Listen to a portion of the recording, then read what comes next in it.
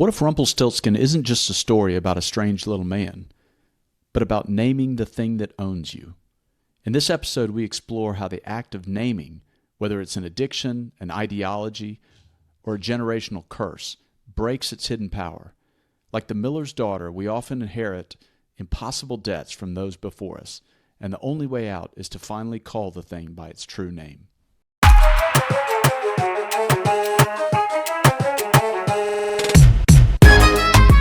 All right, we're back. Round two. Want to do this again? Yeah, we're up here at the cabin, and our goal was to get the last episode done, Sleeping Beauty, and we started talking about the next one, and we started talking about Rumpelstiltskin, and we thought, man, let's just do it. Yeah. Let's just try to capture some of our silly and on-the-fly bizarre dialogue. way of thinking, yeah. Yeah. Some of our conversations that we have that our wives roll our eyes at when we get deep into them. Right. Well, the funny thing is, you and I basically knew, like the listener, we basically knew the general idea of the story of Rumpelstiltskin. Yeah. But, you know, we pulled it up and we read it and we're like, oh, wow, has all kinds of neat imagery. And then we batted it around at the coffee shop and we came back and said, okay, we got to get this down. We got to get this out. We got to name it before it goes away. We have to name it, to give a little preview of what the main theme of this right. fairy tale is. But yeah, so how would you introduce Rumpelstiltskin as conceptually? What's this story about? What's the broader idea behind it? So there's definitely this idea, what you just said, which is naming something that has power over you. And that may harken back to a little bit of medieval times or even ancient times where that's where that idea came from, right? Yeah, right. The power of a name. And there's a positive spin on that too that we'll get into in the Bible. Right. A name actually carries a lot of meaning. Yeah. It's not just the most popular name of the day, right? Right. Right. Yeah. But it's something about, like, you know, calling something what it is, calling it out, embodying an idea. And so there's this dual concept of when you say something out loud or you name something, you embody it, you bring it into fruition, but at the same time, you can actually destroy it. Within the name is something like the seeds of its own self-destruction or something like that. Yeah. Okay. And there's also, right off the bat, and this is a theme we've seen in other fairy tales, but there's also the theme of the generational curse. Right. Right? The father or the mother sets the children up for failure, gets them in over their head, and the child has to figure out how to break this curse. Right. And not curse in the terms of hex, but just a generational curse like we would think of today. Sure, yeah. And the child has to figure out how to either live with this or stop it. And so this is also a tale of the daughter who has to figure out what the bad hand that's been dealt to her. Right. How to break the generational cycle that she's found herself in. Yeah. Okay. Yeah. So a little bit of background again about Grimm's fairy tales, because that's what we're focusing on. Mm-hmm. So the Grimm's brothers in the late 1700s, early 1800s, they were in Germany. They became fascinated with folk tales, and they went around Germany and they started collecting stories. Right. And the nature of these stories is they went back sometimes hundreds of years. And of course, now we can look back at something we talked about, Sleeping Beauty last time, how they traced origins of that all the way back to the 1300s. Right. So some of these have lives that go back hundreds and hundreds and hundreds of years. Right. And they're enduring stories for a reason. Yeah, they're passed down orally in a village, in a community, and it's continued to pass down. And kind of every time it passed down, it kind of gets filtered, all the nonsense gets filtered out, and you kind of have this pure story that communicates the idea about reality, right? Yeah. And so they were the first ones to write this down. So they traveled around, wrote these stories down, packaged it, and here we go. And we've said before that if it wasn't a compelling story or an interesting story or a story that was the pattern of reality, right, reflected the pattern of reality, then they wouldn't have preserved it. It just would have died out. If I told you a dumb story, it would last about a day. Right. Yeah. Right? Well, we've all experienced kind of, trying to get your kid to go to sleep. And so it's like, well, I'm just going to make up a story. And yeah, that's about how long it lasts until the kid goes to sleep. And then the story's gone because there was no point to it. There's no meaning behind it. And so, yeah. Yeah. So, yeah, these stories have been preserved. And also, what's worth saying before we get into reading the story is that this is another one of those stories that have layered meanings, that you can take it one way and say, oh, this is about whatever, about addiction or something like that. And it's like, okay, you can read it that way, but then you also have to read it on a deeper layer. So there's multiple layers to it, and we'll obviously get into that as we go along.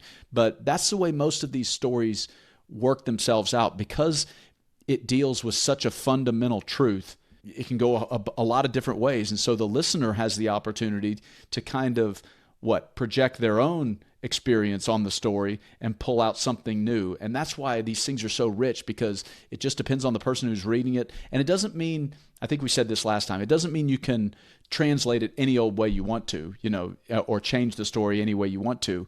But it does mean that it plays on your individual experience, and you can draw multiple things out of this. Yeah, we were talking earlier about how these stories capture a pattern of reality. And once you have identified that pattern, because it's true, because it's a pattern of reality, it replicates itself in so many different ways. It replicates itself at a personal level.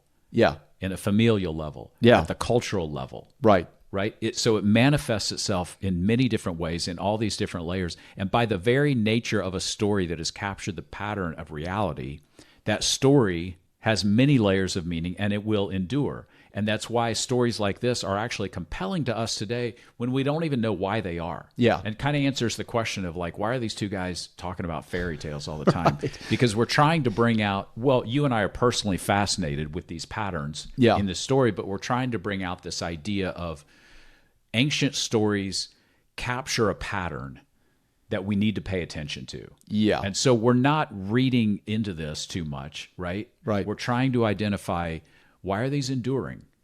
Why do they last? What lessons do they hold from us? Yeah. And so, that's what we're going to do. Well, what's the quote? Those who fail to acquaint themselves with history are doomed to repeat it, or something like that. Yeah. And that's what these stories hold, is they hold some reality. And if you just ignore them, or if you just say this is a silly child's tale, then you're kind of doomed to repeat the same patterns that they're trying to give you the solution to break, let's say. Yeah. Okay. Yeah.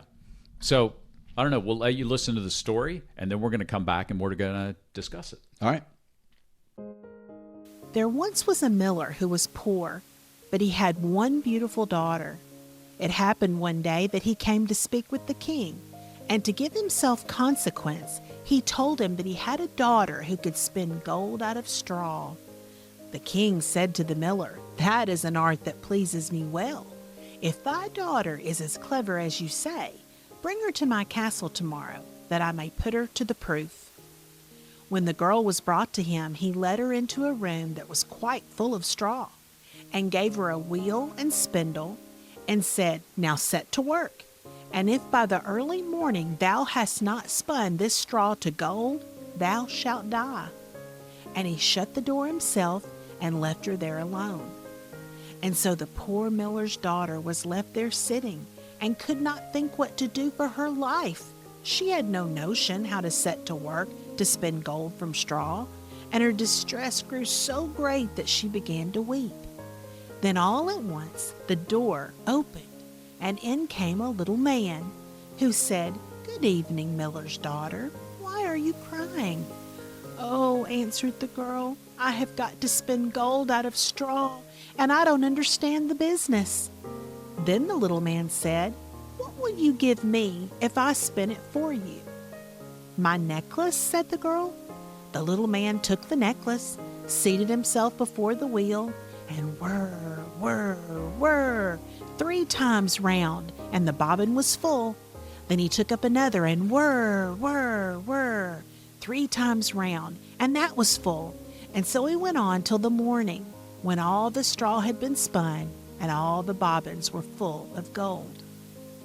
At sunrise came the king, and when he saw the gold, he was astonished and very much rejoiced, for he was very avaricious. He had the miller's daughter taken into another room filled with straw, much bigger than the last, and told her that as she valued her life, she must spin it all in one night. The girl did not know what to do, so she began to cry, and the door opened, and the little man appeared, and said, "What will you give me if I spin all this straw into gold?" "The ring from my finger," answered the girl. So the little man took the ring and began again to send the wheel whirring round, and by the next morning all the straw was spun into glistening gold. The king was rejoiced beyond measure at the sight, but as he could never have enough gold, he had the miller's daughter taken into a still larger room full of straw, and said, "This too must be spun in one night, and if you accomplish it, you shall be my wife." For he thought, "Although she is but a miller's daughter, I am not likely to find anyone richer in the whole world." As soon as the girl was left alone, the little man appeared for the third time and said, "What will you give me if I spin the straw for you this time?" "I have nothing left to give," answered the girl. "Then you must promise me the first child you have after you are queen," said the little man. "But who knows whether that will happen?" thought the girl.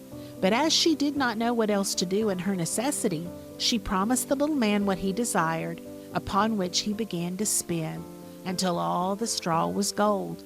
And when in the morning the king came and found all done according to his wish, he caused the wedding to be held at once, and the miller's pretty daughter became a queen. In a year's time, she brought a fine child into the world, and thought no more of the little man. But one day he came suddenly into her room and said, "Now give me what you promised me." The queen was terrified greatly, and offered the little man all the riches of the kingdom if he would only leave the child. But the little man said, "No, I would rather have something living than all the treasures of the world." Then the queen began to lament and to weep, so that the little man had pity on her. "I will give you 3 days," said he, "and if at the end of that time you cannot tell my name, you must give up the child to me." Then the queen spent the whole night thinking over all the names that she had ever heard, and sent a messenger through the land to ask far and wide for all the names that could be found. And when the little man came the next day, beginning with Casper, Melcher, Balthazar, she repeated all she knew, and went through the whole list, but after each the little man said, "That is not my name." The second day the queen sent to inquire of all the neighbors what the servants were called, and told the little man all the most unusual and singular names, saying, "Perhaps you are called roast ribs, or sheepshanks, or spittleshanks." But he answered nothing but, "That is not my name." The third day the messenger came back again and said, "I have not been able to find one single new name. But as I passed through the woods, I came to a high hill, and near it was a little house, and before the house burned a fire, and round the fire danced a comical little man, and he hopped on one leg and cried, 'Today do I bake, tomorrow I brew, the day after that the queen's child comes in, and oh, I am glad that nobody knew that the name I am called is Rumpelstiltskin.'" You cannot think how pleased the queen was to hear that name, and soon afterwards, when the little man walked in and said, "Now, Mrs. Queen, what is my name?" She said at first, "Are you called Jack?" "No," answered he. "Are you called Harry?" she asked again. "No," answered he. And then she said, "Then perhaps your name is Rumpelstiltskin?" "The devil told you that! The devil told you that!" cried the little man, and in his anger he stamped with his right foot so hard that it went into the ground above his knee. Then he seized his left foot with both hands in such a fury that he split in two, and there was the end of him. Okay, so there it is. That's the story. Yeah, we start off with a miller and his daughter. And so before we really get into the story, we talked about this in other podcasts. What is the significance specifically of a miller? And what's the significance of, let's also say, a beautiful daughter? Yeah, the miller automatically brings to mind another fairy tale, which is the Nix of the Mill Pond, and it starts with a miller. Yeah. And a miller is someone who, okay, so this is really interesting. Have you ever thought about how many last names today, common, actually refer to a job? Sure. 500 years ago. Yeah. So a name like Fisher. Right. Right? a Right. name like a Miller. Miller is a common last name. Right. What Yeah. was a Miller? Yeah. And I'm trying to think off the top Smith. of my head. Yeah, Smith is Yeah. someone who works with metal, right? Yeah. So it's funny because there's so many of them. Workmen, that's not very creative. Right. Okay, so your family worked. Got it. Right. But it is interesting, this idea of we're talking about a name, you know, what's in a name. So I don't know. I just thought I'd throw that out there. It's also neat how what you do attaches itself generationally to Yeah. and is handed down. Yeah. And obviously, if your name is Miller today, that may or may not mean that your great great great grandfather was a Miller, or that certain your no, I don't know any Millers today, you know, Yeah. as a job, as a vocation. But in any case, it is neat how your vocation attaches yourself to the family and how it so deeply embeds itself into your identity and your family identity and how that's passed down. Because this is a story about generational blessings and curses, and in this case, it's a bit of a curse. And so we start off with the concept of a Miller. Yeah. So a Miller, and again, I referenced this idea of the Knicks of the Mill Pond, which we did a podcast about, so you can listen to the audio version of that if you want. But a Miller is someone who grinds grain, right? But actually, they end up harnessing the power of a stream or water Right. that actually turns the grinder. Right. Right? Am I getting that right? Yeah. Yeah. So you were saying when we did that podcast that a Miller almost had a reputation as someone as being a little lazy, because instead of doing the work themselves, they let the water Right. do the work for them. Yeah. And I don't know that this was sort of in the context of older generations that they actually looked at millers this way. But in the fairy tales, the miller sort of represents somebody who doesn't do the work themselves. They allow the water to do the work, and they just sort of sit back and watch the money roll in, so to speak, right? Yeah. Yeah. You know, I realize that's not the way it worked, and we're simplifying the idea. But yeah, a miller inherently has this idea of somebody who wants somebody else or something else to do the work for them in the fairy tale context. Yeah, because the miller in a fairy tale, okay, here's a way to say it then, is the miller is susceptible to the bad bargain, right? Right. Which kind of gets into the nature of who they are to begin with. Yes. It's like, I'm doing this work, but if I could just find a get-rich-quick scheme, I'm all for it. And you're going to see this in this fairy Yes, tale it kind too. of encapsulates that idea. Yeah. Okay, as opposed to, I mean, this is an agrarian society that we're talking about. So people plant seeds, they got to tend the crops, Yeah. they've got to go harvest at the right time. I mean, it's a lot of work. It's, you know, it's manual labor, whereas the miller sort of encompasses this idea of, I'm trying to figure out a way around having to do that work. Yeah. And so I harness nature to do the work for me, which is a bit of a bargain Yeah. in and of itself. Okay. And the second thing you mentioned, I think, was the beautiful daughter, right? Right. So a lot of fairy tales, I don't know if there's a handsome prince. There are some, but the beautiful daughter is a common theme. And look, it's not just talking about her external beauty. Right. The beautiful daughter is a code for, this is a virtuous person and a good person. Right. Ideal womanhood. Yeah. Or the goal is ideal womanhood, and a virtuous person. And yes, they're physically beautiful, but mainly it's sort of an internal thing. They're beautiful on the inside and outside. They embody all the virtues. Yeah. So when you read that the princess is beautiful, or the daughter was the most beautiful woman in the kingdom, things like that, it's really code for, this is a genuinely good person. Right. In fact, I think there's a couple fairy tales where it actually says this is a beautiful princess, but she was not good. It almost tells you, so Yeah. you don't get the code screwed up, right? Right, It almost yeah, tells you that this is a beautiful woman, but by the way, she's not a very good person. Yeah, It'll tell she you has an that. evil heart or something like that, and they Yeah. kind of spell it out for you. Yeah. Okay, so we start off with this miller, and the first couple lines of the story give us a lot of background. So what do they say here? Yeah, and we talked about earlier how a lot of times the first sentence or two in a fairy tale, there's a whole backstory that it's right. telling you, so don't skip over it. In this case, it says there was once a miller who was poor, but he had one beautiful daughter, and it happened one day that he came to speak with the king to give himself consequence. And he told him that he had a daughter who could spin gold out of straw. Okay. Now, before we get to that, there's a backstory here about this miller who was poor. What's interesting, one of the first things you recognize is there was no mother in the picture, Yeah. right? It was just a miller, but he had a beautiful daughter. Right. Yeah. So he has this ideal opportunity for the next generation, right? Yeah. Okay. So he doesn't have a lot of money. He's poor, but he does have this beautiful daughter. And so as a consequence of this, he kind of runs into the king, which is kind of interesting. And it says, what was the word again? That it says he has something about consequence. To give himself consequence. To give himself consequence. So that's another way of saying to build himself up to the king. Yeah. Now, what do you do if you're a poor miller and you come into a conversation with a king, with the highest, right? The lowest is now coming into consequence with the highest. And what do you tell that person? And it's like you're trying to build yourself up, but you don't really have, you can't talk about how much money you make or how successful my business is or how I'm the man, right? He knows he doesn't have any of that, but he does have his daughter. And so to give himself consequence, he trumps up the attributes of his daughter. Yeah, that's right. Okay. So you already see this.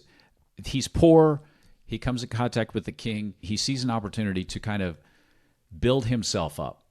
Like if you ran into a famous person, right? Your first tendency might be to say, all right, how can I build myself up, right? How can I make myself look really good in front of this person? Right. And to your point, the thing he had going for him was a beautiful daughter.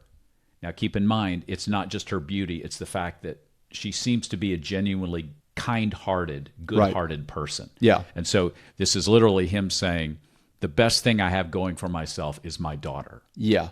But which is interesting because he doesn't point to anything in himself. He has to go outside of himself. Yeah. It's the kid saying, my dad can beat up your dad. And it's like, well, they don't have anything of value to present themselves.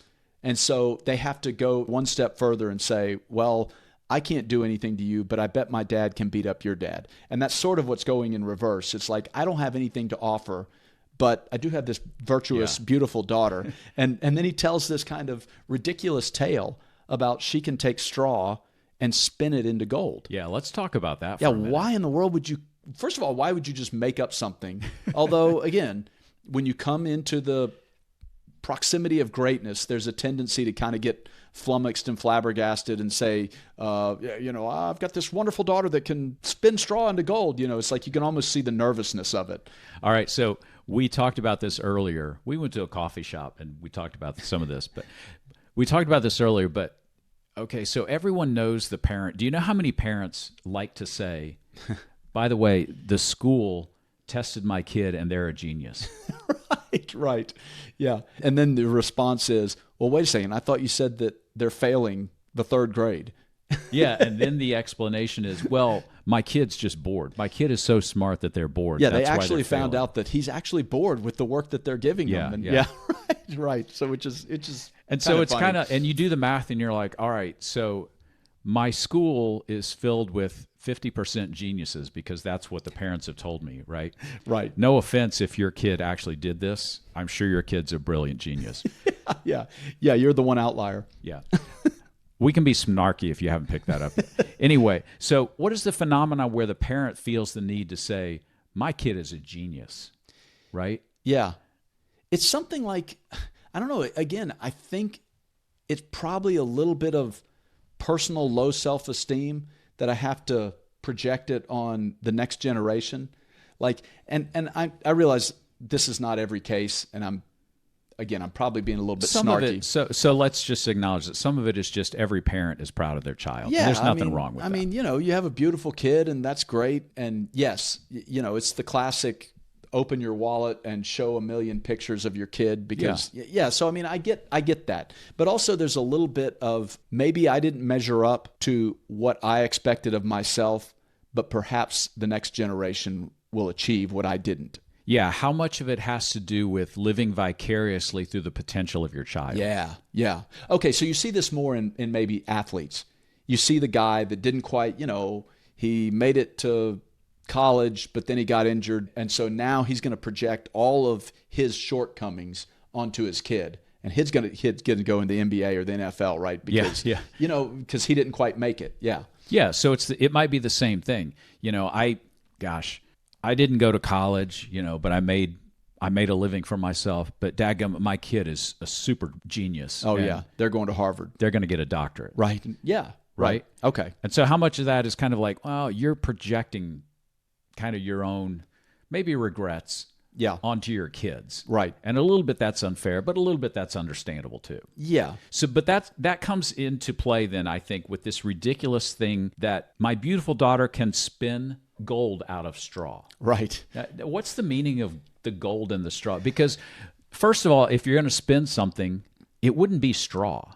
I've never seen anyone take straw and spin something. And maybe I'm missing that, but what does that mean? It'd be impressive enough to say my daughter can take cotton and spin it into gold. It's like, wow, okay, great. Or my daughter can take straw and weave a shirt. Right. It would Yeah, probably either be way. the most uncomfortable shirt you've ever worn. It'd be a little bit itchy.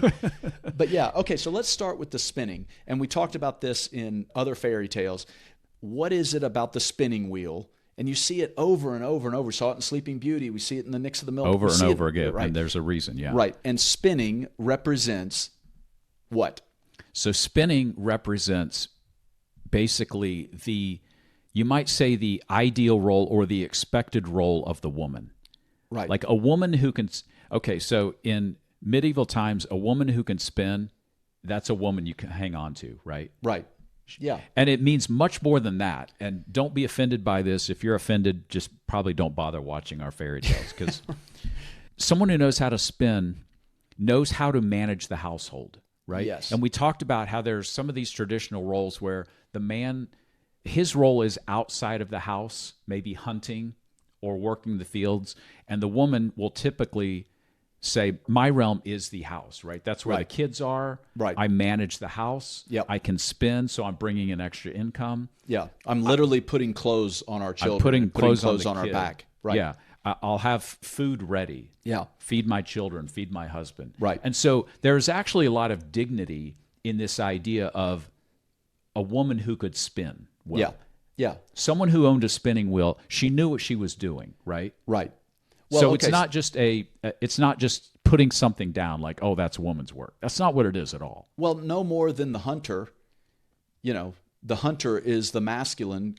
I can go out into the woods and I can actually feed my family. I can bring back meat and put it on the table, right? Mm-hmm. And again, that's not demeaning to say, well, that's all a husband's good for. Well, no, it's saying this is the function of a house, and I can go out into the wilderness and bring back food and feed our family, and you can stay and actually take these disparate threads and weave together a thread that actually makes clothes, that actually provides warmth, all those things. And so it's a metaphor for a functional feminine productivity in life and in the culture, right? And so that's what the spinning wheel kind of embodies. And you see that, well, not only the boast that my daughter can spin gold, but the very fact that my daughter is an adept spinner, and the king goes, oh, okay, I'm interested, right? Right.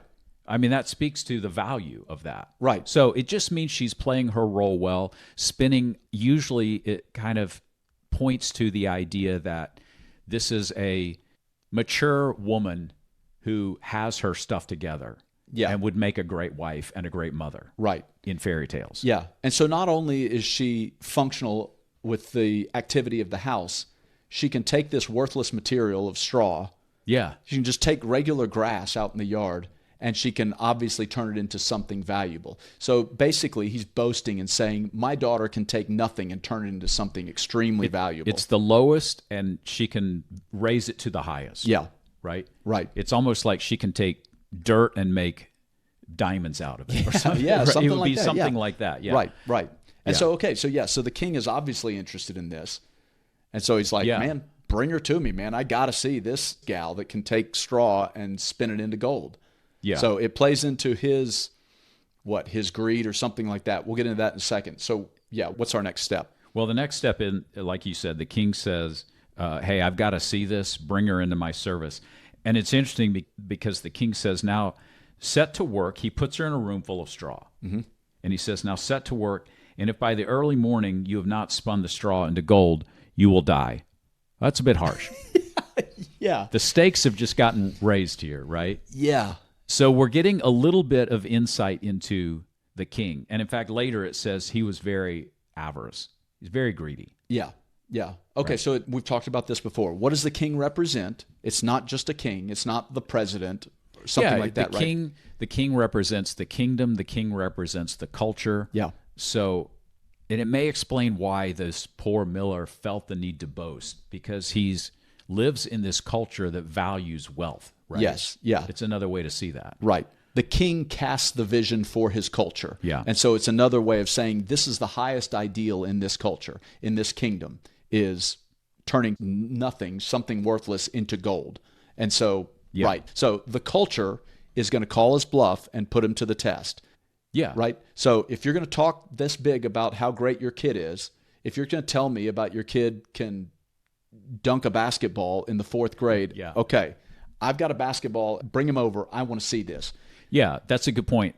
Before we move on, his boasting actually puts his daughter in a very bad position. Right. We talked about the example of the parent who has told their child their whole life that they're the most wonderful singer that they've ever heard. So the kid goes on American Idol. Yeah. And the judges are like, "You're terrible. Who told you you Yeah. could sing?" Well, And- my mom said I'm the best there is, right? Right. And so that's kind of a modern example of this Yeah. idea of like the parents boasting, looking to give themselves consequence, Yeah. has put the child in an awkward position. Right. And A the very- result is you're stuck on TikTok for all eternity as a joke, as Yeah. a laughing stock. You know, I mean, that's what ends up happening. Yeah. So that's important to see. So his boast to the king now has resulted in his daughter going to the king's castle and has been given this impossible task. Sure. The king says, "I want to see you pay this off." And what's the idea of, like, he says, "Do this or you will die"? Boy, that escalated quickly. Yeah. Yeah. Again, it's like, well, we're not talking about a king, we're talking about a culture. And there's something about this culture that says either put out or shut up, or what is it? No, put up or shut up. You know, Put up and shut. Yeah, not put up. That's a different. Yeah, we're talking about it, the guy's daughter here. That's a different fairy tale. Sorry about that. Yeah, but yeah, I mean, produce or die. You know, show us what you got, or you're of no consequence to this culture. And Yeah. that's kind of interesting because that feels a little modern, right? Yeah, so you put yourself out there and make your boast on social media. You can pretty much become the meme of the day, right? Yeah, yeah, You can pretty much be the example of what not to do. right. You're the fool who built culture- a tower and never counted the cost. Yeah, and the culture will consume you faster than you can imagine. Right. Yeah. Yeah. That might be a way to say that. Yeah. No, that's actually kind of interesting because, man, you really see that on not just social media, but, you know, I don't know, reality TV. And, man, one misstep and suddenly, man, you are just consumed by all the culture. Yeah. And so, yeah, I think there's something there. Yeah, so the king maybe represents the consuming culture that we already know is improperly oriented. Right. Because it's greedy. Mm-hmm. And so, yeah, he makes this boast of his daughter's ability to produce wealth, and the culture's going to consume her. The culture's going to eat her up and spit her out. Right. Okay. So now she's locked in this room. Yeah.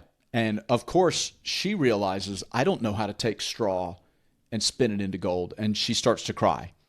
Yeah, so it's interesting. Yeah, she starts to cry, and in her distress, I'm trying to get the exact word, came in a little man. Now that's interesting. Who said, "Good evening, miller's daughter. Why are you crying?" And she kind of says, like, "I've been given this impossible task." And he said, "What will you give me if I spin it for you?" Yeah. Now we'll stop there because we're introduced to Rumpelstiltskin. Yeah. Although we were talking about, should we talk about Rumpelstiltskin? You don't actually know his name till the very end, so it's a bit of a giveaway. But Well, we being know, being the fact that it's in the title. yeah, It's on page 1. yeah, that's true. But right, yeah, we don't know his name through the story, but yeah, here comes Rumpelstiltskin, and you look that name up, and this is kind of interesting because as we get into this idea that this story is about ideology and bad ideas and the replication of generational bad ideas and how that's passed down generationally, the name Rumpelstiltskin actually is helpful to know, or the etymology of it. You may have to remind me, but it means something like rattling sticks or a rattling noise. Yeah. And Yeah. I'm not getting that exactly right. Well, but- it seemed like there was a spirit, a rattling spirit. So, I mean, you kind of have this idea of the rattling noise in the back of your head.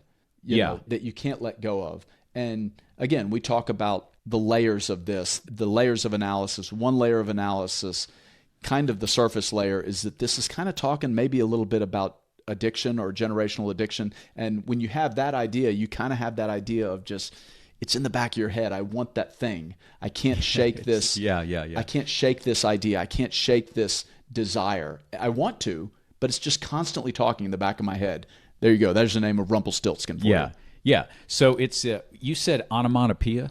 Yeah, right. That's where, what, like woof of a dog or... So it's a name, it's a word that actually brings to mind the sound of whatever activity. Right. That's a really inarticulate way, but that's what it basically means. So it also ties together that this idea of a little man. Now that's another idea in fairy tales that you'll see is the little man, and we're not really sure who he is, but it's some kind of goblin. Yeah. There's a lot of different variations in fairy tales, but the little man is basically, it could be the troll that lives under the bridge, the elf in different cultures. Right. It's not quite human, and it's kind of a trickster spirit, maybe. Yeah.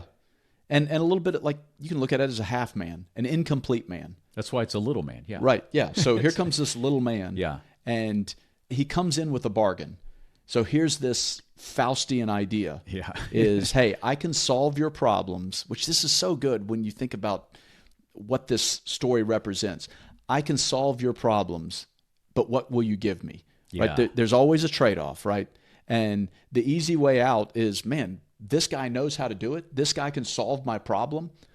What do you want, right? Yeah. I mean, it's that or I die, okay? I don't want the culture to consume me, so what do you want? And of course, she offers what? Yeah, so she says, my necklace. And the little man took the necklace for her, and he spends all the gold, and so the next day the king walks in and goes, wow, you did it. You did it. Okay, so here's the fairy tale, the group of three, right? She does this 3 nights in a row, and you always see this. You see this just in all the fairy tales. And there's something about, well, how do we describe the group of 3? Why is it that there's something in triplicate in most of the fairy tales? Yeah. You said it in another episode. It's something like once is a coincidence. Once is just an occurrence of something. Right, yeah. Twice, you can write it off as a coincidence. Yeah. 3 is a pattern. Yes, that's right. And so when you see things happening in 3s in fairy tales, it's because it's establishing the pattern. Yes. Yeah, there you go. And it's calling you now to pay attention. Right. Yeah, this is not just an aspect of the story. This is a pattern that I'm going to lay out for you. Yeah. Okay, so in this pattern, he does it 3 nights in a row. The first night, she offers him a necklace. Yeah. The second night, she offers him a ring. And then the third night, of course, this is where things get really crazy. Yeah. She has nothing else to offer him, so she offers him her child, her firstborn child. And we'll get to that in a second. Yeah. What is the significance of those 2 or 3 items, we'll call it? Yeah, the gifts offered in a fairy tale always mean something. Oh, yeah. Right. Yeah. Even the ridiculous ones. But the idea of a necklace, we talked about this. Okay, so I just watched Netflix show, and it wasn't particularly good. And I want to say it was a Portuguese show, as weird as this sounds, but I always find myself watching some kind of Where do you foreign. find these things? I know.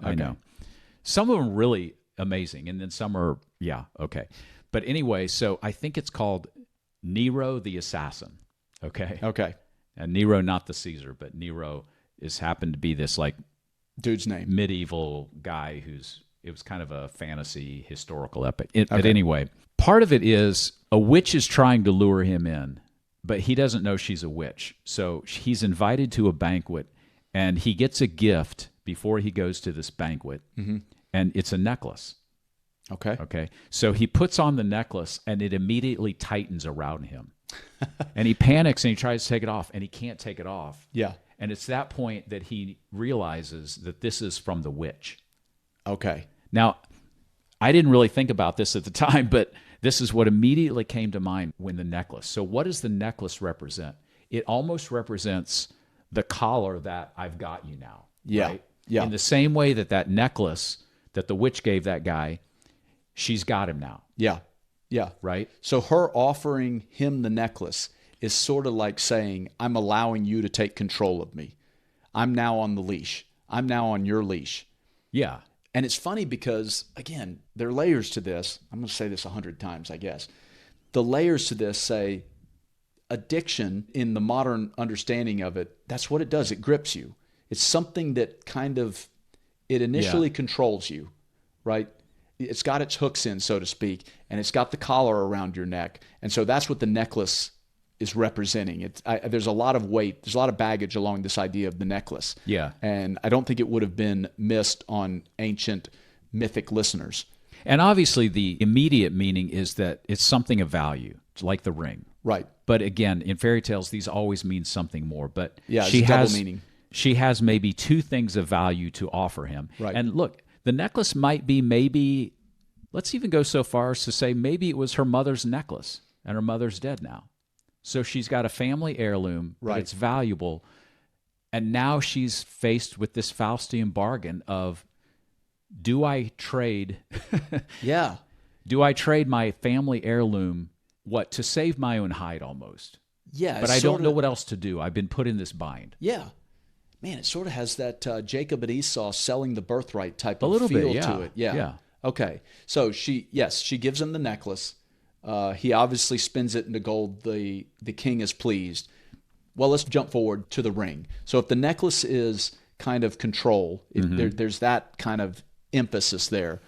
What would the ring be? It's also something of value, but that has a dual meaning too. Yeah, so obviously something of value, but we talked about how the ring, look, a ring is, again, now that either is a family heirloom, probably, so it's the past, but it also represents a future marriage, right? Because you would wear a ring to get married. Right. So I think somehow in this case, the ring represents both the past and the future. Okay. Okay, so I've given you the past. Now I'm giving you something that represents the past, and I'm starting to give you the future. Yeah. Okay. So maybe the ring is like a family heirloom that I'm giving this a backstory, but we can go with this, right? Yeah. Maybe it's the family heirloom that this would be my wedding ring. I'm going to switch hands, right? Yeah. And I've seen this. People do this. It's like my mother's ring, and when I get married, I'm going to wear it on my other hand. Right. Okay. Yeah. But anyway, the ring is now my future betrothal, right? I'm willing to bargain that to save my life. Yes. Yeah. But even it's like the ring is just in general, it doesn't necessarily have to be a wedding ring. It's the symbol of a commitment. It's tying yourself in a different way, in a committed way, a committed relationship, something like that. And so not only the first night she's controlled by the necklace, by the collar, and the next night she has made a commitment to it. And so you kind of see this progression now. Sure. You see this initial control and then a all-out commitment. And then, of course, to go on to the child, now she's sacrificing her child. She's sacrificing her future, even in a greater context of, I'm not only willing to give myself and my value, I'm willing to give you the value of my next generation. And that actually ties back to what happened with her father. Right? What does her father do? And this happens in all these bargains in the fairy tale. Yeah. The father says, I'm willing to bargain my own future, my daughter, for an immediate payoff of maybe I'm in good standing with the king and he's going to give me something in exchange. Right. So she is doing the exact same thing that her father did. Her father bargained his child, right? And now she's bargaining her child. So we see the family or the generational curses, you could say, being passed down, right? Yeah. Well, this is where the story becomes obviously about a generational problem. Yeah. And we've talked about this. I mean, you can see it it doesn't have to be necessarily addiction. It can be something like ideology. It can be something broader than a mere addiction. But you embody what your parents taught you a lot of times, and you see these cycles of generational, again, we call it curses, but it's this generational cycle that you see kind of played out, and it's up to us as an individual to break that cycle. Yeah. We talk about this in the biblical mandate to honor your father and mother. And the simplistic understanding of that is, okay, obey mom and dad, whatever they say, right? But the deeper understanding of that is, how do you honor your father and your mother? And sometimes honoring your parents is breaking the cycle that they gave you. That's the deeper understanding. Yeah. You know, if you grew up in a great family and they taught you well, then honoring your father and mother is embodying what they taught you and passing that on to your children. So it can be a positive thing, but it can also be the breaking and the naming of the negative thing. And so honoring your parents is actually saying, I didn't fall into the same trap that you did and that your parents did and that your parents' parents did. Yeah. You know what I mean? And it's like, that's that whole pride of saying, I'm the first person in my family to go to college. What Yeah. are you saying by that? You know, that your ancestors are a bunch of dummies? No, it's saying that, you know, I'm the first one that put myself together in a way and achieved this thing that was valuable perhaps to the previous generation, but they just never had an opportunity to live it out. I was going to say, it's actually a way of saying my family has built me up to the point where I've been the first one who can achieve this. Yes. Like, I'm actually carrying out a good legacy that my family gave me. Right. Now, the flip side of that is the Bible also talks about the sins of a father will be visited on his children, right? Mm-hmm. Which kind of sounds weird at first. It's like God's going to smite your kids because you Yeah, it screwed almost up. seems unfair. But that's not what it's talking about. It's actually talking about this very thing. Yeah. Generational patterns. You can think of generational curses and blessings. Yeah. But so when the Bible says the sins of the father will be visited on the children, what it's actually getting at is, hey, whatever you're doing as parents, you have to know that your kids are watching you and you are establishing habits and patterns that your children will carry on. Yeah, sure. Well, I mean, wow, just go back to Sleeping Beauty. It's like, look at what her parents did to her. They locked her in a tower, and then surprise, surprise, she's so naive that she fumbles around with the spinning wheel and falls to sleep by stabbing herself with the needle, right? It's like you get what you're handed down. And so it's up to us to eventually try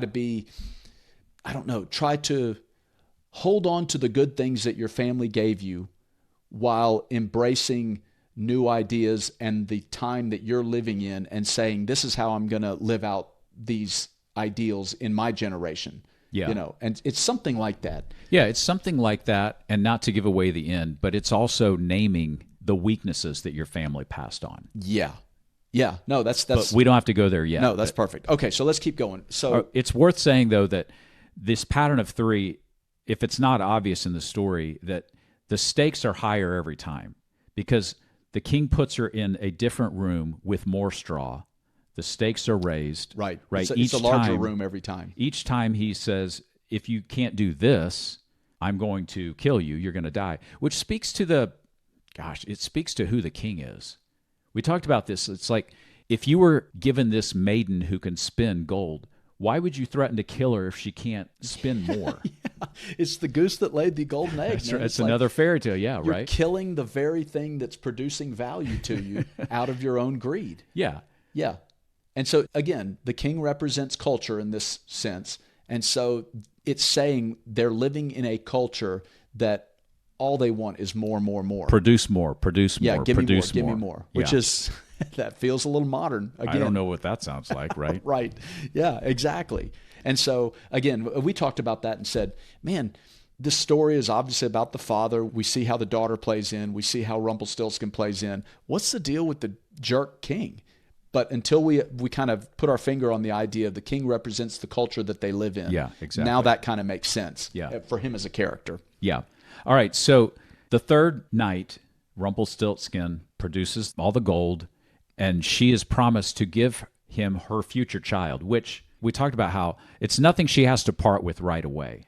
Yeah. In fact, there's a good line in there. I don't know if you're going to have to read it, but where she sort of... Okay. So, yeah, what she says is she actually says to him, I have nothing left. And he said, then you must promise me the first child that you have after you're a queen. So that's interesting, too. After you're a queen. I didn't pick that up the first time, but he's already promising her. Yeah. You know, does the story, I don't think it acknowledges, I don't think the king says, if you can spin this room full of gold, then you'll become queen.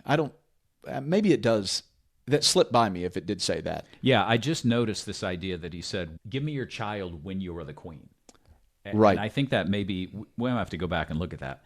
But She says, but who knows whether that will happen? So she agrees to it. Yeah. Yeah. So she kind of just, it has that feel of just throwing up your hands of like, what else am I to do? Yeah. I don't know of any other path. We talked about this in the Nix of the Mill Pond, that line that the miller says, but what else am I to do? But what else can I do? But what else can I do? It's like, well, you can kind of come up with an alternative plan. You can come up with plan B, Now, in this case, she's kind of stuck. It's either produce gold or get her head cut off or whatever. Yeah, let's acknowledge that she was a beautiful girl, which means in her heart, she's a good person. Right. And we will see that play out at the end. But let's acknowledge that she's been put in a very difficult position. Yeah. And look, let's be honest, man. Good people are put in very difficult positions that will ask you to compromise your integrity. Yeah. And look, it's not as straightforward and say, well, just do the right thing. Right. It's man. not, yes, it's not as black and white as we like to make it out. Yeah, yeah. Right. Okay. Yeah, so she says, who knows will that'll happen. So she's bargaining the future, in other words. Right. Which is uncertain in her eyes. And maybe there's a little bit of an indication that, well, if I'm queen, you know what I mean? Yeah, maybe it's like a trade-off. temptation. Yeah, it's a temptation of the trade-off of saying, he did say, if I'm queen, and look, I don't want to give up my firstborn, but at the same time, I'm queen now in this scenario? Yeah. Oh, okay. This I can deal with this, right? Yeah, and so she responds with one of my favorite Simpsons lines, which that's a problem for future Homer. Right. I love that line. Right. Yeah, that is absolutely great. Right. Yeah. And so we're constantly trading off. We're constantly bargaining with our future selves. And that's the guy. It's an ongoing temptation, yeah. Yeah. And that's the simplistic answer. The guy who gets hammered and wakes up with the headache. And it's like, why would you do that to yourself again? We know how this is going to end. But it's like, in the moment, I want the feel good. I want the initial payoff. And look, the hangover is a problem for future me. It's the temptation of, well, I don't have any money, but I could put it on my credit card, which is that rattling, right? It's the name, Rumpelstiltskin. No, that's great. It's the rattling in the back of your head that Yeah. says, just put it on the credit card, man, and figure it out later. Yeah. That's exactly what this is. Okay, so this is cool because there was a test a long time ago, the marshmallow test. Have you heard this?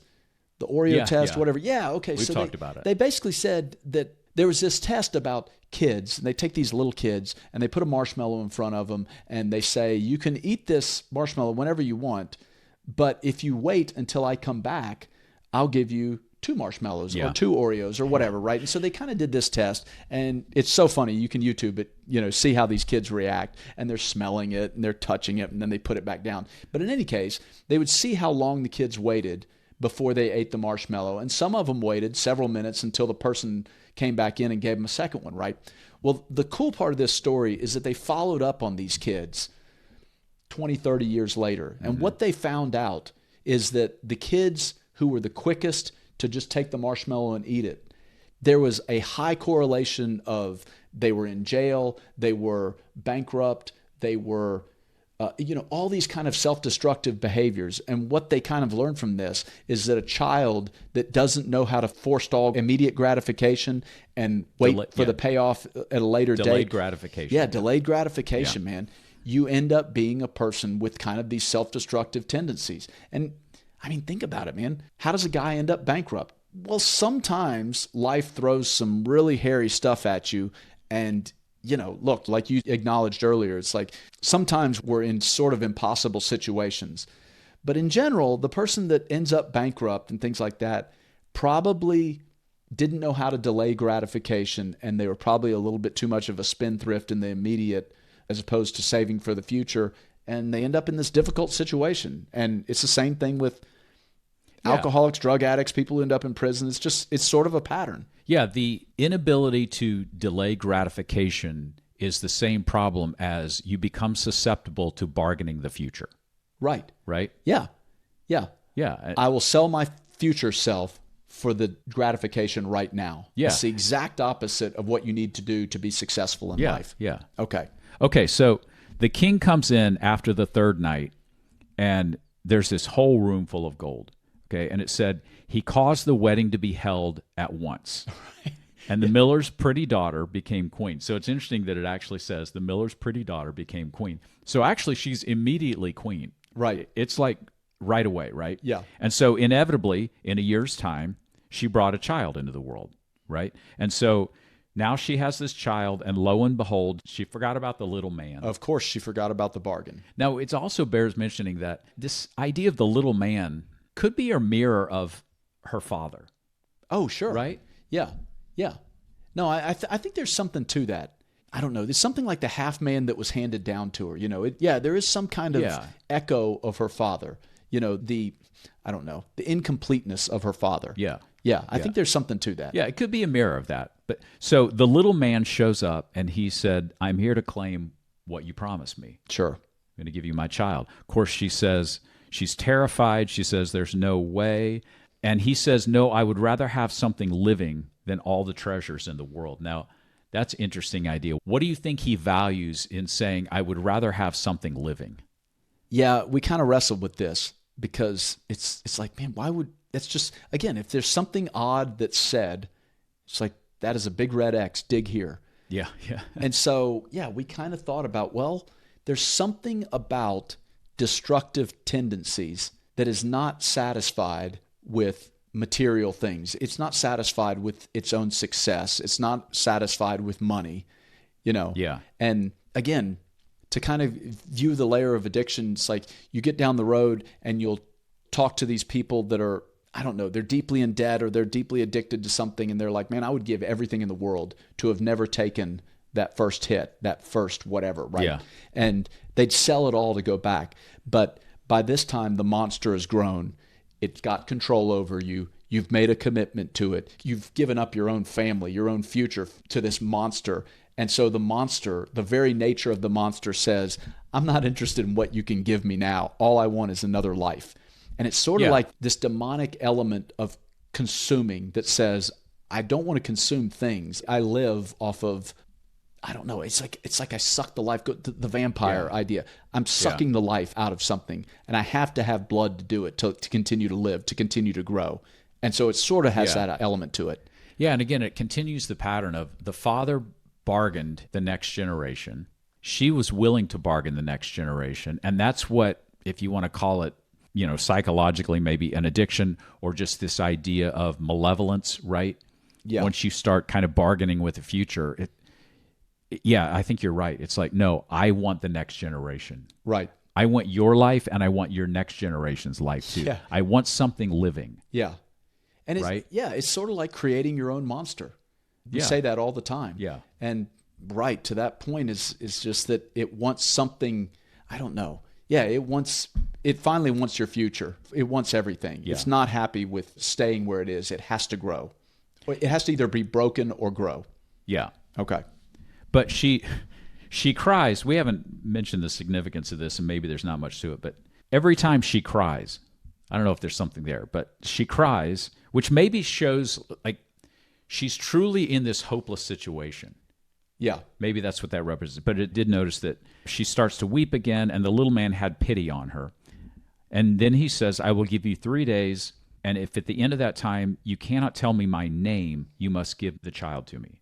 Okay. Okay, so that's the bargain. Right. That's the next bargain, right? Yeah. And there's the pattern of 3 again, right? Yeah. I'll give you 3 days. Yeah. Yeah, sure. Yeah. Right. And so over these 3 days, it's kind of interesting. She sends messengers out into the village and to kind of get these common names. Yeah, common names, which is, well, it's Casper, Melchior, and Balthazar. Not that common. Not anymore. But hey, you know how names are. So today it would be Hannah and Isaac and whatever, I don't know. Right. I don't know what the common names are. But so names change. But anyway, it's kind of interesting that she sends a messenger out to find the common names. Like, let me just get the most common names and throw that at this goblin that has me by the throat. Yeah. Right. And so obviously it's not the common names. She tries that. Nope, it's none of those. And then it specifically says. Then day 2. Yeah. Day 2, it comes in. Here we go. Here's our triplicate.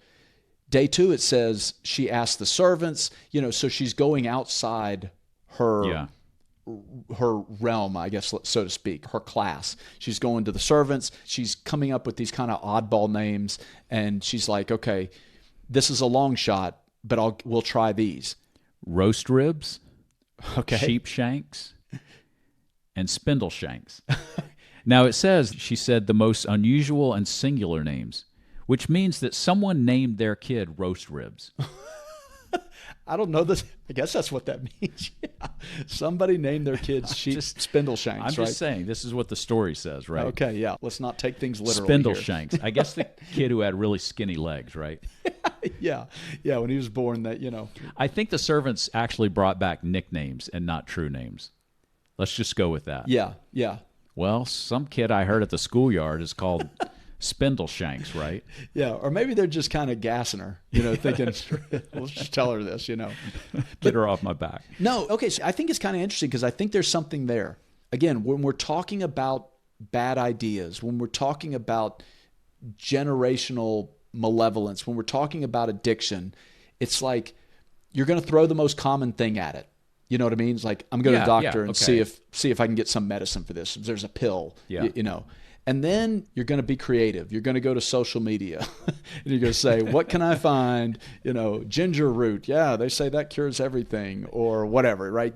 So you're willing to kind of go out on a limb and say, okay, this is a long shot. Spindle Shanks is a long shot, but I'm willing to give it a try. And it's funny because, you see this when people are desperate to lose weight or something like that. You'll kind of fall for any dumb gimmick that you see. And that's why there's constant things about do this to quit smoking, do this to lose weight, do this to make a quick buck, fast money. It's funny because we saw commercials about get rich quick. Yeah. And then you just see that transfer over to social media and you come across them and you're like, man, people are still falling for this? People are still falling for the Saudi prince that has $1 million, but he needs you to send him 10,000 so he can get the check released, blah, blah, blah. Yeah. You're like, who falls for this stuff? But it kind of embodies this idea of, okay, I'm going to try with everything I know, the common things, and then I'm going to try with this kind of wild ideas. And again, you see this progression of let's try to fix this problem. And it's important to note that what's happening here is she is trying to name what the issue is. That's what's really happening here, right? Yeah. I'm trying to name it. And I like this idea. You brought it up. It progresses from the common down to the weird, right? I'm going to look everywhere except within myself. Yeah. And that's what's going to happen here, right? So yeah. I'm going to look at the common things. I'm going to post something on Reddit and say, how do I do this? And then I'm going to go to the bizarre homemade remedies, right? Or whatever. I'm going to listen to things that tickle my ear and tell me what I want to hear. But it's not really the name of the issue, right? Right. You haven't really put your finger on the problem. Okay, so this is a little bit different than having a literal problem that you're trying to fix. Sometimes it is you have a pattern behavior that you're refusing to name. And so think about the guy who's been married and divorced 5 times, or the guy who's been through 6, 7 jobs. They try to name it at first. They try to say things like, oh man, my boss was a jerk. He had it out for me. Yeah. It's like, man, the dumbest thing, they fired me just because I was 5 minutes late. And you're like, I'm guessing that's not the whole story, right? That people don't fire you for being 5 minutes late. My guess is this has happened 20 times and they finally had enough, And so it's funny. It's like you start off by naming the common things. Oh, he had it out for me. They don't like me. And you're like, okay, well, that might happen once, but when that happens 5 or 6 times, maybe time to look in the mirror, right? And then of course, you get more elaborate. Like, okay, why did your wife leave you this time? And it's like, oh man, she's crazy, and they've got this whole family thing going on, and I think she's into mysticism, and so then you start really reaching. It's like you're more creative with your explanations of why you're in this fix yet again. Yeah. All as a matter of not looking within yourself, or what we're going to find out, not looking into the heart of the matter. Yeah. Right? Hey, real quick before we keep going, if you're enjoying this conversation, this actually comes from our podcast, Navigating an Ancient Faith. On the podcast, we cover other fairy tales, parables from the Bible, and other ancient stories. We look at the symbolism, the history, and what they still might be trying to teach us today. So if you like this kind of discussion, you can find Navigating an Ancient Faith on Apple Podcasts, Spotify, or wherever you listen. Okay, let's jump back in. Yeah, and one thing I got to say is that in every fairy tale almost, there's this really simple phrase that captures a key moment of a fairy tale. And you and I have talked about some of these before. Yeah, that nails it, puts a nail on the head. Yeah, right. It's like, this is it right here. This is the essence of it. And for me, this is when Rumpelstiltskin, after every time she goes through all these names, he says, "That's not my name."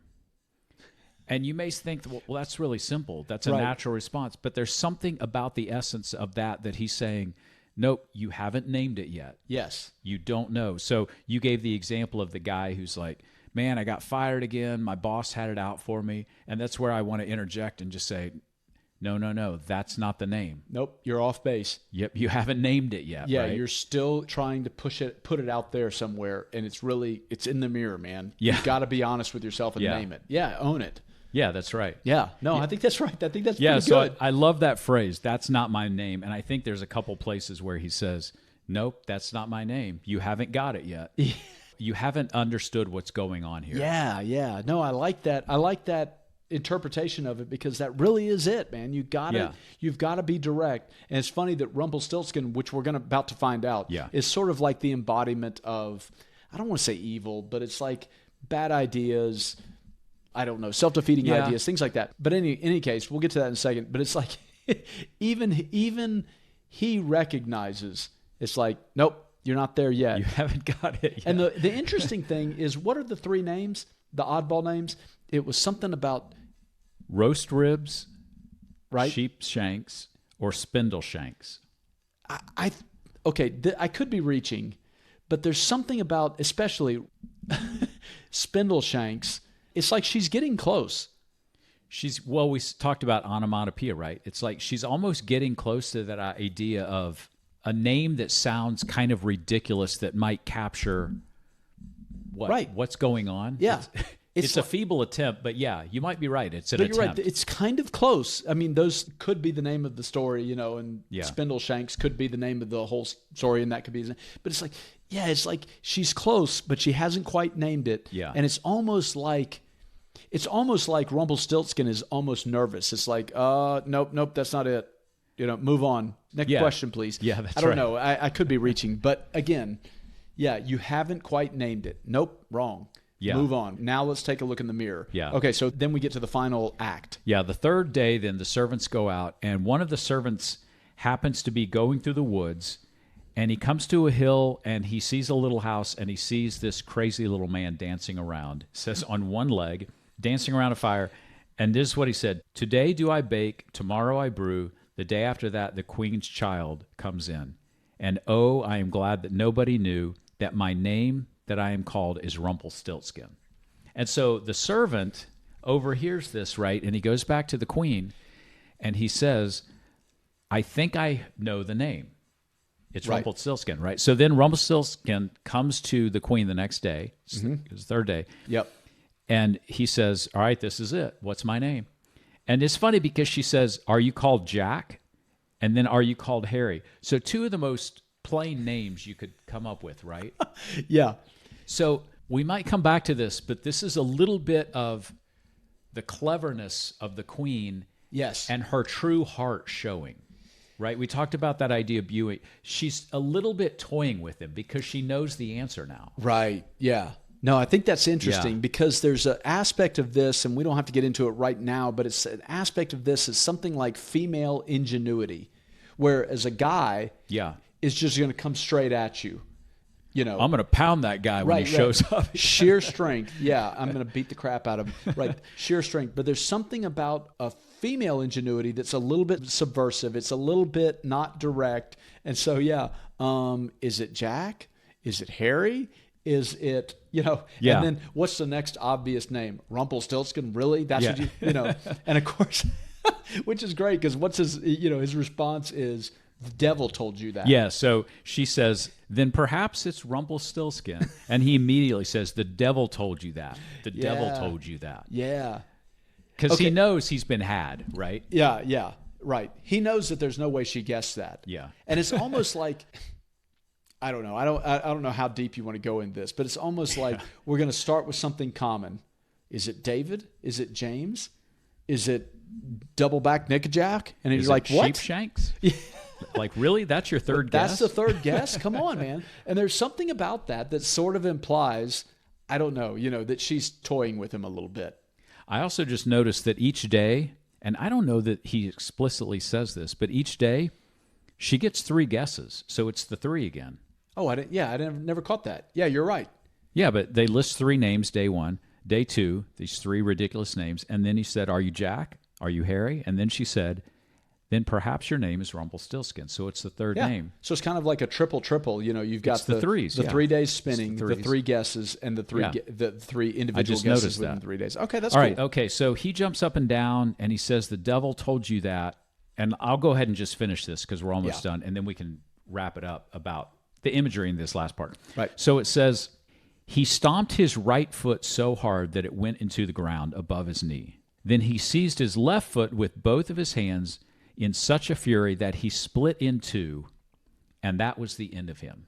And that's the end of the story. So that's kind of a bizarre ending. Yeah. But there's a lot there in just this last part that we covered. Well, okay, to be honest, you and I struggled with this because it's like, okay, if it's about addiction, that doesn't really make sense. If it's about ideology, it doesn't completely make sense. It's like, what do we do with this? And I think we really kind of landed on what I think is a satisfactory interpretation of just that last part. And it's something like evil or, okay, let me start here. You mentioned the other day in really just a conversation that evil has no choice but to consume itself or to consume. Evil does not create, it only consumes, yes. Evil does not create, it only consumes. And the extension of that then is evil will consume itself eventually. Right. And so I look at the last bit of this and say, okay, this is evil ideas, evil ideologies, and it's almost telling us sometimes all you have to do is once you name the problem, once you recognize evil for what it is, just sit back and let it consume itself because that's the only choice it has. That's the only way that it has to move forward. And so, you have this image of Rumpelstiltskin stamping his foot and ripping himself in half. And you're like, that's a bizarre way to go out. It's almost like anticlimactic. Like, I don't know. I just wanted something more than that. But I think what it's saying is once you name evil for what it is, once you name the problem and be direct, sometimes it's within us, in some of these, the way we're interpreting this. Once you name it, stand back and watch it destroy itself. And this is more on the cultural level. I'm not trying to say that, once you realize you're an alcoholic and you say, hey, I'm an alcoholic, that you just have to sit back and watch it destroy itself. There's still work to be done. But on the cultural level, sometimes there are crazy cultural circumstances that you're like going, what are we going to do? What are we supposed to do about this new godless idea that's come into our culture? And sometimes the answer is name it for what it is, but then sit back there and watch it consume itself. Does that make sense? Yeah. Well, and you ahead. definitely see that at times that, sometimes it's not even naming it. I just know that, okay, as a person of faith, sometimes you always freak out at the latest cultural thing that goes against maybe your own morality. You won't have to get into that. But sometimes I don't have enough faith that evil will consume itself. And yet if I just step back, I actually see that's what happens. Yeah. This has no life to it, right? Right. And when I say this has no life to it, it's to go back to Sleeping Beauty, I guess. Yeah. It's not a life-giving philosophy. It's a barren philosophy. Yeah. And I don't have to worry that it's actually going to replicate and reproduce to the extent that it defeats God and God's purposes. Right. Right? Yeah, there's a little bit of a knee-jerk reaction to evil that says, what if this idea or philosophy burns the world down? Yeah. And it's like, that's not the way evil works. Look, evil is damaging enough as it is. Yeah. But at the very core of what it is, it's actually self-defeating. And that goes back to the whole Rumpelstiltskin, I think I got the image right, dancing around the fire. We talked about this. Rumpelstiltskin dancing around the fire on one leg, saying whatever he said, my name is Rumpelstiltskin. And you're like, well, what a dummy. Why would he run around singing a song to himself? And it's like, yeah, that's what evil does. It's arrogant, and it dances so close to the fire that it consumes itself. So there's a couple things worth mentioning here. Is first of all, they go out into the middle of the forest, and that's where this little man lives, which kind of helps explain who he is. They go past the forest. Yeah, okay. Yeah. So there's a pattern in fairy tales where you have the city, and then you have the wilderness, and then you have the other kingdom. Right. To get to other kingdoms, you have to pass through. And this case is like the German forests, right? Right. In Bible, it's probably the desert. Right. But you have to pass through the wilderness in order to get somewhere. Right. But the wilderness is where you encounter both opportunity and risk and danger, right? Right. So sometimes the wilderness has the wise woman, right? Or the sage. Right. But sometimes the wilderness has the crazy little man dancing around the fire who represents, and we talked about this, he represents not necessarily pure evil like a devil, like we would think of, but he more is the mischievous agent of chaos, maybe. Yeah. Right? Yeah, the agent of chaos. That's a better way to say it. Yeah. Yeah. And so that's who the little man is. I think actually when the servant sees where he's at, that actually helps explain who he is. Right? So now let's kind of circle back to this idea of why would he call his own name? And we talked about the example of every now and then a criminal will commit some crime and post it on social media. Right. Yeah. And it's like, you just told on yourself. Yeah, you dummy. Why would you not just keep it to yourself? I heard the police say recently, or some police, law enforcement, basically said, man, social media has made our job so much easier because these people just get on and brag about what they did, right? But it's that same thing of dancing around, calling out my own name, right? Yeah. Well, it's the concept of, what is it? A criminal always returns to the scene of the crime. You've heard that in who knows how many Law and Order episodes, Yeah. And it's like, why would you do that? Why would you go back to the place where you committed a crime? But there's something about the arrogance of evil that wants to indulge in the chaos that it's created. Yeah, even if you don't want to call it chaos, it's the one who stirs up chaos. Even if you don't want to call it evil, it's the one who stirs up chaos. And this is kind of this self-defeating, self-consuming cycle, right? Mm-hmm. There's a hubris about it. Yeah. Right? And then it's the desire. So that's kind of maybe you can see the dancing around the fire. And then it's the, I can't keep it to myself. Right. I want to tell other people. That's the calling out my own name. Right. Yeah. Yeah, I think that's right. And then it's ultimately like, the devil told you that. So we talked again about how that is Rumpelstiltskin saying, you must have gone lower than me, right? Yeah, yeah. Right? Yeah. So then it's the devil told you, and then finally it's destroying myself. Yeah, that's really is the pattern here. Right. I think that's so interesting because once you recognize evil for what it is and you call it out and you name it, it removes it from all its power, and it actually ends up self-defeating. Yeah. Okay, so now let's move. I think that's right, but we got to pivot into some kind of real world application. Like, what is a real world explanation of what we're trying to say? Because I think that'd be helpful. Okay, so, well, as kind of a wrap up of the whole thing, right? Yeah. Because we talked about this idea. You can see the pattern of addiction in this tale, but we had this conversation about, well, in 17th century Germany, did they have any kind of notion of addiction? Right. Usually don't see the people getting grog at the pub going, dude, I think you might have a problem. I don't know, maybe, but But there's another level in this, which is this idea. I mean, let's wrap this up by talking about this idea of the power of naming something that actually defeats it. Yeah. Which can apply to addictions, but it also applies to a lot of things because we've given a lot of examples. So there's something about on this journey of self-discovery, say, because this is about this miller's daughter who has a good heart, who's been kind of shafted by her dad, right? Yeah. Given this impossible task. Yeah. It really is a story of discovering herself, finding her voice, and having the willingness to name, and we talked about this, to name not only your strengths, but also your weaknesses. Yeah. Right? And when you're able to name it accurately, you actually start to gain a measure of control over it. Yeah. I don't know what. No, I think that's right. I think that's right.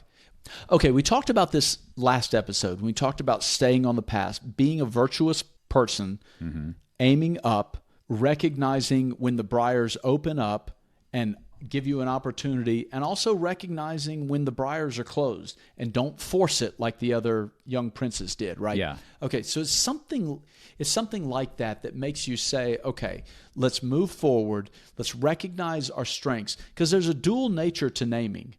You know, what the Father tried to do is tried to force the idea that I have this unbelievable, like almost miraculous daughter. He tried to name it and embody it into existence. I was going to say, he almost gave it a false name. Yeah, yeah. It's the parent of the middle school that says, my kid's going to the NBA. Yeah. It's like, okay, well, maybe, but isn't it a little bit early to guess that? You know, so yeah, it's like sometimes we encounter situations where it's like, I'm just going to try to say this over and over.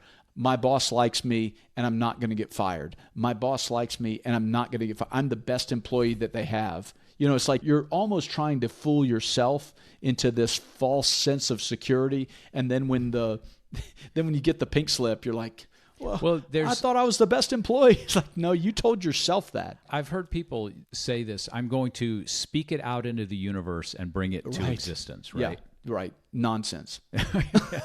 Okay. I don't know. Where do you stand on that? No, I don't want to say nonsense. There is something about, man, having a goal. Okay, we talked about this the other day. It's okay to have a goal, but be flexible on that goal. Because if you say, my goal is to get to the top of this mountain, and the path leads you up to the top of another mountain, it does no good to say, well, I'm at the top of a mountain, but I was supposed to be over there. Well, you were too fixated on the destination and not focusing on the journey and the way the path guided you. And it's like, look, the path of life can guide you to the top of a mountain. It just may not be your particular mountain of, I want to be a doctor. I want to be in the NBA. I want to be this CEO, wildly successful person. Well, look, man, there's very few opportunities for that for people. And it's like, if you just accept what life gives you and you recognize your strengths in yourself, as well as your limitations and your weaknesses, and allow the path to emerge and kind of come in front of you, then you will end up at the top of a mountain, perhaps. But you won't be disappointed that you're not at the top of the particular mountain that you wanted to start out at. So a lot of people, and you see it in young people, frankly, you see it in a lot of people. They're struggling today with meaning, right? Sure. They're struggling to know themselves, and they're struggling to find some kind of fulfillment in the path that they're on. One of the most basic ideas to say, here's how you start on that journey, is you have to be honest with yourself on your strengths, but also on your weaknesses and your wounds. Yeah. You have to be honest about the blessings and the curses that your family has handed down to you. Right. All that is part of understanding yourself. Yeah. And so once you start to understand yourself, know thyself, right? That's one of the most basic. It's sure. In Delphi, it's like the Temple of Apollo, right? It's know thyself. Yeah. And there's more to it than that, but it's one of the most basic things, but it's what people struggle with, because a lot of times people will say, well, here's what I'm good at. But there's also, I think this is a parable about, what are you bad at? Right. Where are you broken? Yeah. Because that also starts to narrow the paths down. Right. Where are you incomplete? Right. I think this fairy tale is something about having the courage to name specifically your weaknesses, your familial wounds, and be honest with yourself. Yeah. And there's something about naming. Look, you can be vague about, I hate to keep picking on the guy who lost his job, but but you can be vague about, well, I'm not the most responsible person. And there's a power though in saying, no, actually, I'm lazy and I'm too addicted to video games. And it is actually preventing me from moving forward. Right. Yeah. Once you have the courage to name that, now you're actually ready to move forward. No, I'm glad you said that, because you're right. Naming it in many times is a courageous act. Yeah. Nobody wants to look in the mirror and say, I'm an ugly person. But we do that all the time. We fake ourselves, as far as what's inside. I've got a weak heart. I've got a poor work ethic. I've got a lazy constitution. There's all these things about us that we can kind of, if we can name it, we can start to change it. Yeah. And it's like the Alcoholics Anonymous. The very first thing, what's step one? Step right? one. I am an alcoholic. I am so, and I'm an alcoholic. Right. And the recognition is that you can't start to change something until you have the courage to come out and say, hey, my name is JR, and I'm a completely raging, addicted alcoholic. Yeah. It's like, good luck trying to change it if you're still kind of, I don't know. Well, you see the alcoholic or the person who struggles with alcohol. You see them say things like, man, I can quit at any time. I just enjoy 24 beers on the weekend. Right. Yeah. Hey, man, I just come home and drink a few beers. But you talk to the dude's family, and it's like, yeah, he drinks 3 before he goes to work. Yeah. It's like, whoa. And, take it past alcoholism and do it with anything. Again, the kid who plays too many video games, the person who shops too much. Sure, the workaholic. Yeah, it's all that. Yeah. So we're not picking on, one particular bad habit, but you're not, I think it's a general rule to say you're not going to get anywhere unless you have the courage to actually name what your problem is. Yeah. Yeah. And what is holding you back? Maybe that's a better way to say than what your problem is. Yeah. Yeah. What is holding you back? And there are so many people who say everything else is what's holding me back. And it's like, that's not my name, right? It's that phrase. No, okay, that's not the name. Here's a cool idea. Have you talked to people that have all these weird symptoms, like they'd have no energy or their blood pressure is sky high? It's like, I've been to the doctor a dozen times and they don't know what it is. And we've had this conversation before where you're like, man, it's like, tell me I've got cancer. Tell me I've got heart disease. Tell me something. Give me a diagnosis. Yes, name it. That's exactly what this is. Yeah. Give me a diagnosis so I can move toward healing. But when doctors don't know what it is, when the best physicians are saying, we have no idea why your skin's purple. It's like, well, what am I supposed to do moving forward? And so, it's like, give me a diagnosis so I can move. That's kind of what we're saying here. Yeah, it's like, look in the mirror and say, again, apologies to the alcoholics out there, right? Look in the mirror and say, I've been diagnosed as an alcoholic. Now I can move forward. I've been diagnosed as a lazy person. I've been diagnosed as a selfish person.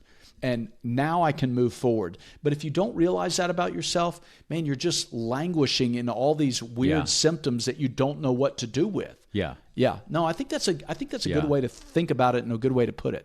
And so it's important to see, because you can get so far removed from what the fairy tale actually says, but the clues have been there all along. Yeah. Right? It's like she was a beautiful girl, which means she was, in her heart, a good person. A virtuous person. Right? Her father kind of wronged her by giving her a wrong name, we might say. Right. Overselling her, right? Yep. And put her in this impossible situation. You have the idea of spinning again, because remember, she didn't have a mother. Right. So she doesn't recognize this essence of womanhood. Yeah. She doesn't have an example. She doesn't have a role model. Mm-hmm. So she has no direction. And so she has no idea what the name of the problem is. And the name of the problem, in her case, was Rumpelstiltskin. And when she was able to name it, it consumed itself. Yep. That is the essence of what this story means. Yeah. Man, that's so cool. I love it because, like we've said before, man, the puzzle piece or the Lego just clicks in a very satisfying way and says, I think that's absolutely what this is about. And so it becomes this type of thing where we can say, I don't think that's what this is about. This makes perfect sense through this lens. And the other thing we've talked about with fairy tales is you're on the right track when your hypothesis about what this means actually explains all the little details. Yeah, the details. Yeah, when all the details fall into place, then you know you're on the right track. So, to continue this idea of how do you think mythically? How do you think in the metaphoric language of the ancient people, ancient fairy tales, ancient myths, and even how do you apply this to the Bible? It's like you have to kind of train yourself to pick up on all these little things. And that's honestly what we're just trying to do. You know, that's why we have these conversations. Yeah. It's not because we study this in, in university or anything like that. It's like I'm just interested in it. And these stories have got to make sense because they've been around for thousands of years. And so, yeah, man, help us untangle it, man. And if you've got an idea of what's going on that we've missed, and I promise you there's things that we've missed, because again, when you bring your own past into these stories, you'll pick up on all these nuances. It's like, man, let us know what we missed, because that's what I want to know, because I really do want to figure out if we're on the right track or not. Yeah. And if you want to hear more of these, let us know in the comments. Hit subscribe. I always wanted to do that. I want to be the guy who goes, hit the subscribe button. That button right there. Right there. Right? Right. And let us know, and because we plan on putting out more. Yeah. I looked today. I think I have 16 fairy tales that I would love to go through and talk about. I don't have the time. I've got a full-time job. I can't do this full-time, man. All right. I can't spend every week up at this cabin. All right. Thanks for checking us out. We will talk to you next episode. Yep. Can't wait. See you guys.